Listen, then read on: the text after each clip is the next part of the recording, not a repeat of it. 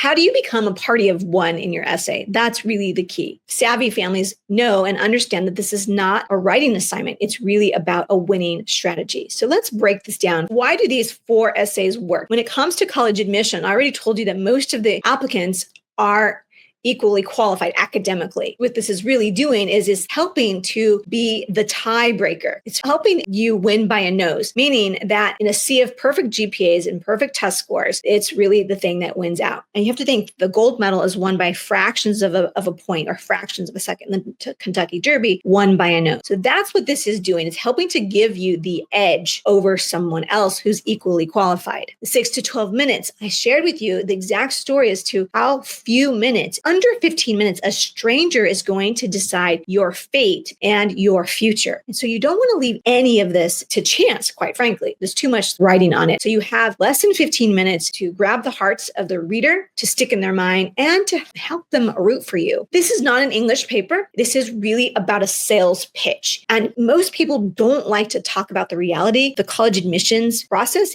is a business. The college admission industry is a business, and students are part of that business.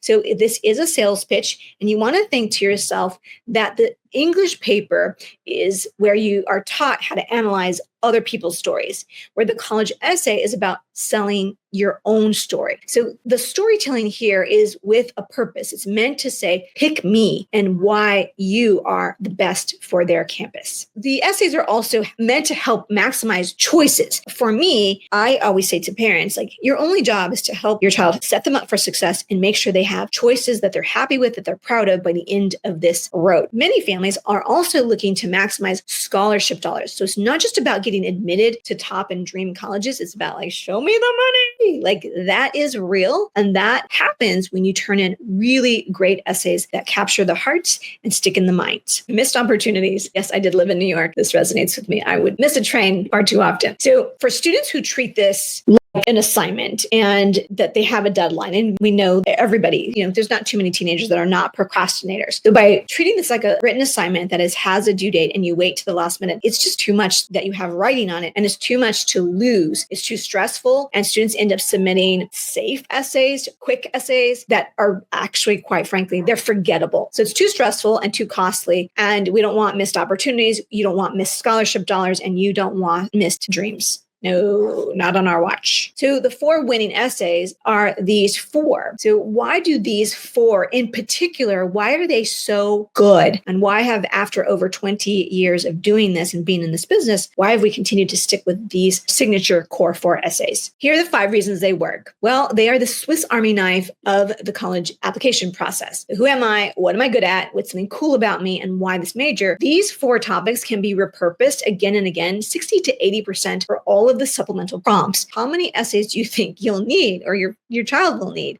And the answer is somewhere between 18 and 68. If you're here and you found me, tells me already that your child is dreaming of at least one top 100 college. And I dare say they're dreaming of at least one top 50 and one top 25 college. So they're going to need many essays that the best thing to do is not to reinvent the wheel, but instead to repurpose those that have been vetted before. Second reason is turning the overwhelm into strategy.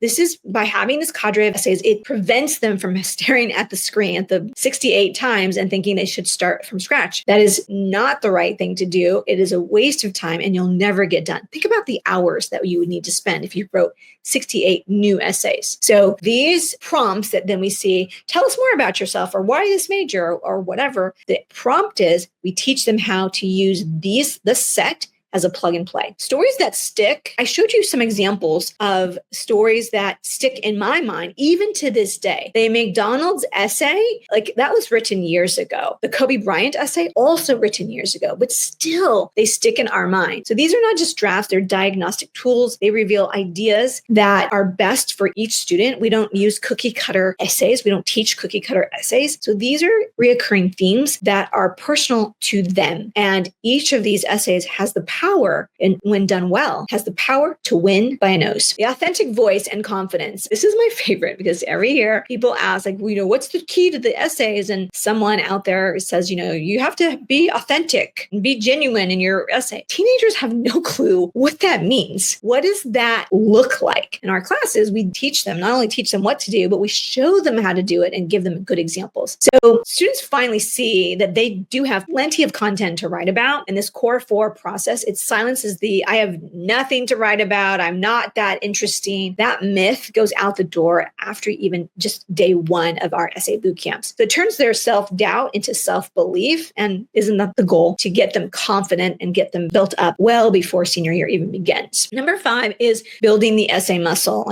So early birds get the worm. So I don't know about you, but anything that I've ever wanted to do and to learn and to try, I remember my first half marathon. I've never done a full marathon, but I've done several half marathons. And I remember the first time I had to do it. I had to, you have to get the equipment. You have to read up on what your nutrition should be. What are your workouts? How many miles are you supposed to run? And what days of the week you're supposed to run? How many days do you space out? What stretches do you need? You need all of the tools in your tool belt to set yourself up for that marathon. And this process is a marathon. It's not a sprint. So building that essay muscle early, the earlier the better. If you're a rising junior, more power to you. If you're a rising senior, this is the time. So building the essay muscle helps to make sure that even when fall comes, those extra essays that they may need to write along the way, it makes it 5 times easier, 10 times faster than trying to do it from scratch.